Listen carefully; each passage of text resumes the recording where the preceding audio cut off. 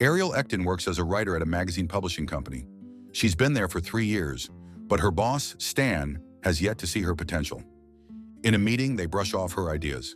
She confides to her friend with extra benefits, Kent, how she wishes to write about famous people in hopes that she too will be famous. So Kent gives her some real talk, saying that everything about her life is just average, and that no one is interested in anything she has to say. Girl, drop that man. You do not need his Korean fried chicken. The same day, it's announced that the biggest pop star of the 90s, Alfred Moretti, is back. His publicist, Soledad Yusuf, soon confirms this through a video message. When the news breaks out, everyone goes crazy because no one has seen Moretti in 30 years. Moretti is inviting a few individuals for a listening party before his album is released to the world. This some white people music because it ain't hitting for me. A gift basket arrives at the company with an invitation for Stan. To everyone's surprise, another letter arrives for Ariel. So she and Stan quickly fly to Utah on a private jet to meet with the other guests. A black girl in Utah. I would not have gone. Ariel keeps taking notes for everything that happens. They are welcomed by Jorg, Moretti's alopecious assistant. They take a tour bus named Slow Low, the same bus Moretti used when going on tours years ago. Inside are celebrities Clara Armstrong and Bill Lotto, paparazzi Bianca Tyson, and influencer Emily Klatz. The others are confused why Bill was invited when he and Moretti had beef a long time ago.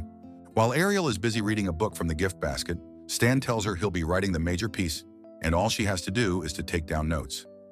Jorg drives the tour bus to the compound, taking an unpaved road off the highway.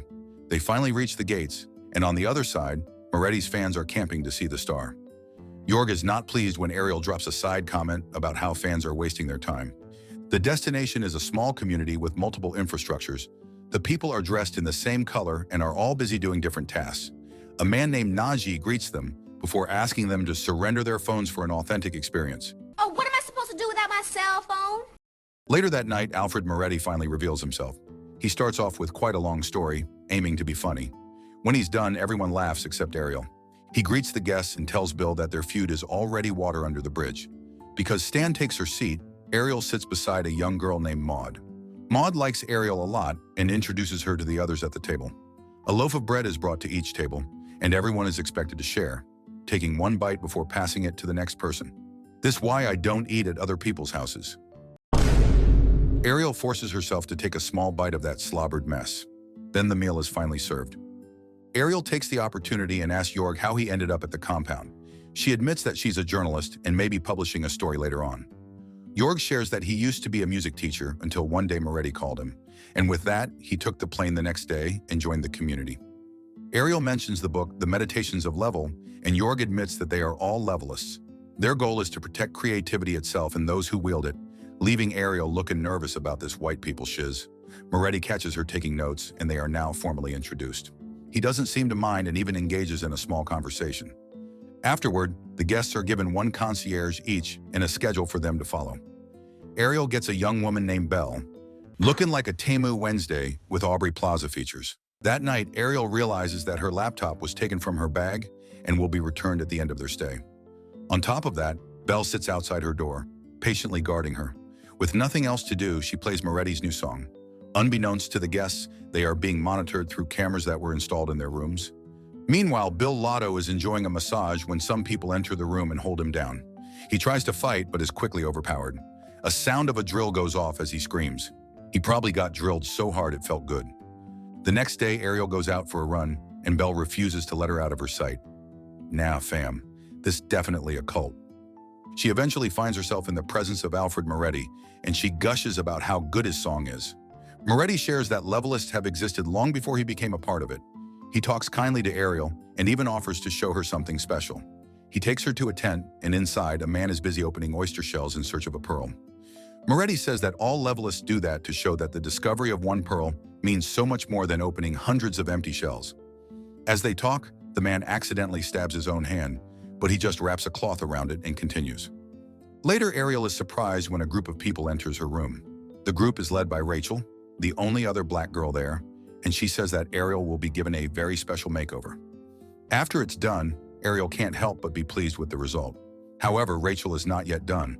She inquires about Ariel's pubes. Taken aback, Ariel says it's not anyone's business, but hers. But Rachel explains that some famous people have done it before, insisting that Moretti likes all of them tidy at the South region. Then Rachel comes close and starts shaving her. See, this is where my ass would have left. Ariel finds out that the other guests have also experienced some private gardening. Jorg tells them that Bill will not be joining them. Then they are taken to a different building for the listening party. When Moretti finally plays his new album, Caesar's Request, he starts encircling the group, dancing with them, and moving his body in suggestive ways. It's giving Lady Gaga. They all applaud and enjoy the music until all the tracks have been played. Afterward, Emily starts coughing. Others are worried that she probably has an allergic reaction to whatever she ate, so the levelists quickly take her away. Ariel finally tells Stan that she wants to write her own piece about the compound, but Stan insists that they will only be publishing one story, and he'll be the one to write it. He couldn't care less that levelists are a cult. Suddenly, an arrow pierces his body, making him fall to the ground. Ariel is terrified, but she can't do anything but ask for help. A little boy apologizes, saying that his hand slipped while using a bow. Lucky for Stan, it's not fatal. When Ariel visits him that night, she finds Bianca and Clara inside the room with Stan. They are drunk, and no one takes Ariel seriously when she mentions that something is wrong with the community. She mentions people missing, the arrow accident being intentional, and being monitored 24/7 with no way of contacting authorities for help. But the others are too drunk to care. At dinner, Moretti does a little performance once more, leaving everyone but Ariel impressed. The next morning, Ariel sneaks out through a window to find out more. By the time Belle and Rachel open the door, Ariel is already running outside. She then makes her way to the tent, but it's empty inside, so she keeps moving. She enters a small shed to see what the women have been carrying out. Inside, she finds butchered animals. Some are still fresh, while others are already preserved inside jars. She finds their phones already broken, but fails to notice Bill Lotto's headless body under a shelf. Terrified, Ariel decides to leave the place. She packs her suitcase and tells Moretti that she's leaving. She asks for Bill and Emily, and Najee explains that they'll be joining them for dinner. Jorg is furious and accuses Ariel of being ungrateful.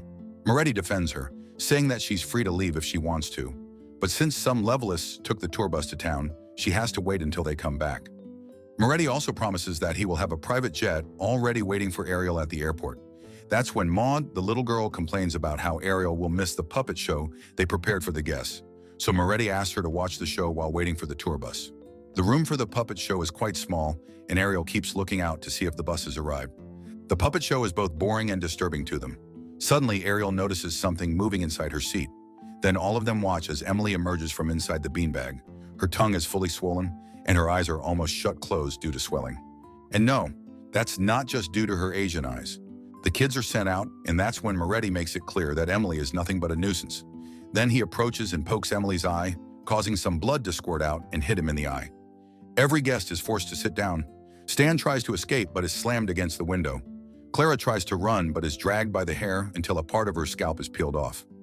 Moretti orders them to start the interview, and when no one can utter a word, he proceeds to explain the reason behind the title of his album, Caesar's Request.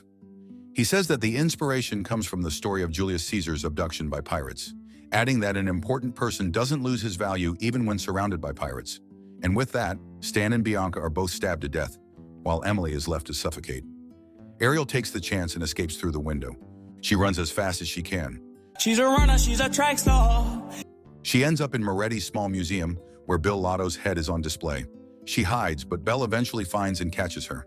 When she opens her eyes, Moretti is making a toast in front of the levelists. She and Clara are both tied and are presented with some drinks. Rachel pretends to give her some, while she slowly frees Ariel. She advises her to reach the gates, turn right, and keep going until she sees the lights. Then she orders Ariel to push her. Ariel obliges, and Moretti falls back, his robe quickly catching fire. Ariel takes an ATV and drives to the gates as fast as she can. Lucky for her, there's a fan outside. He doesn't seem to understand how serious the situation is, and Ariel is forced to attack him so she can steal his car. She's already driving away by the time Belle arrives. 2 years later, Ariel finally publishes her own book, Our Time in the Sand. Her friend Kent can finally shove it now that tons want to read her work. She gives interviews left and right about what happened to her and the other guests.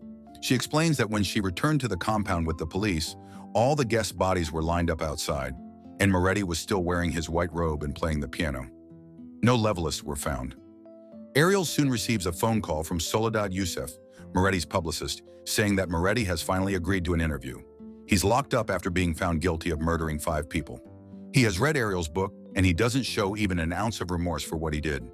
He tells Ariel that the levelists are still alive, refuting her allegations that he had them kill themselves. He says they drank champagne and not poison. He explains that it's all about evolution, and the strong ones emerge as victors. Before it was about strength, then intelligence, but now it's all about creativity. He reveals that Ariel was used to get the story of the levelists out to the world.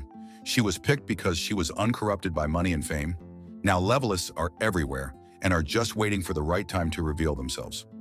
Moretti even thanks Ariel for the book. Sometime after that, Ariel attends an interview, and when she sees 2 pearls on the host's necklace, she can't help but think levelists really are everywhere. Oh, so this like exposing the Illuminati? What did you guys think of this one? It's from A24, so it's super wacky and different.